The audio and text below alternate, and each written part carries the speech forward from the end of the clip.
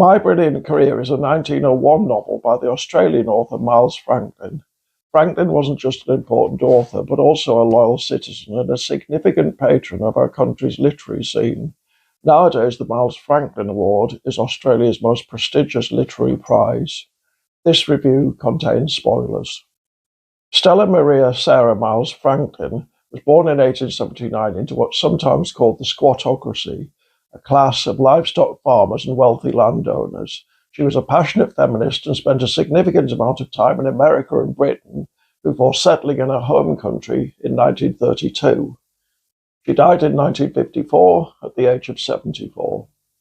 My Brilliant Career was her first novel. Astonishingly, she wrote it when she was just 16.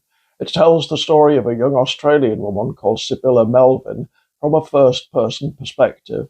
Unfortunately for its author, it also reads like a fictionalized autobiography.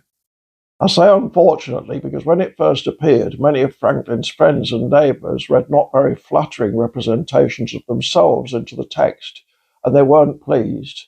Such was the hostility that Franklin cancelled the second printing and forbade the book's republication until after her death.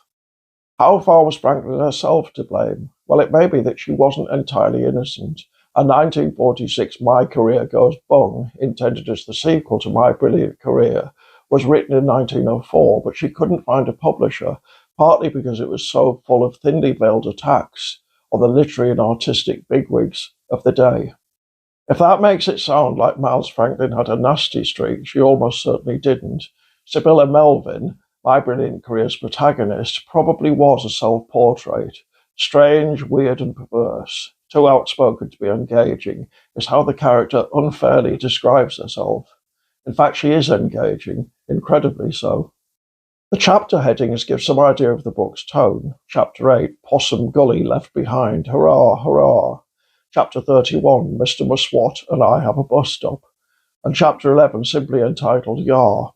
However, if that gives the impression that the writing's mediocre or overexcitable, it isn't. The author's especially good at evoking changing landscapes, but she also has a very good ear for dialogue, and all the characters are well defined and fully believable.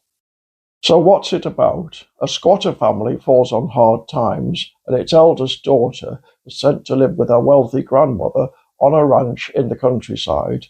Despite being considered plain, she attracts the attention of several well-to-do young men, one of whom, Harold Beecham, falls deeply in love with her, and apparently seriously offers to support all her ambitions if she'll only marry him. She declines, consciously plumping instead for a future of soul-destroyingly repetitive household labour. To some extent, it's that ending that's the problem. If I have one criticism, it's that I'm not sure the protagonist's final choice is fully consistent with her passionate desire, expressed at every turn in the novel, for autonomy. If she was choosing between wedlock and independence, a decision would make sense, but she isn't. She's choosing between marriage to a man who respects her on the one hand, and a life of eternal drudgery on the other. I'm not sure I can envisage her, or indeed anyone, deliberately choosing the latter. Having said that, this is an outstanding novel. Most novels about adolescence tend to be written by fully mature adults who try hard to remember what adolescence was like.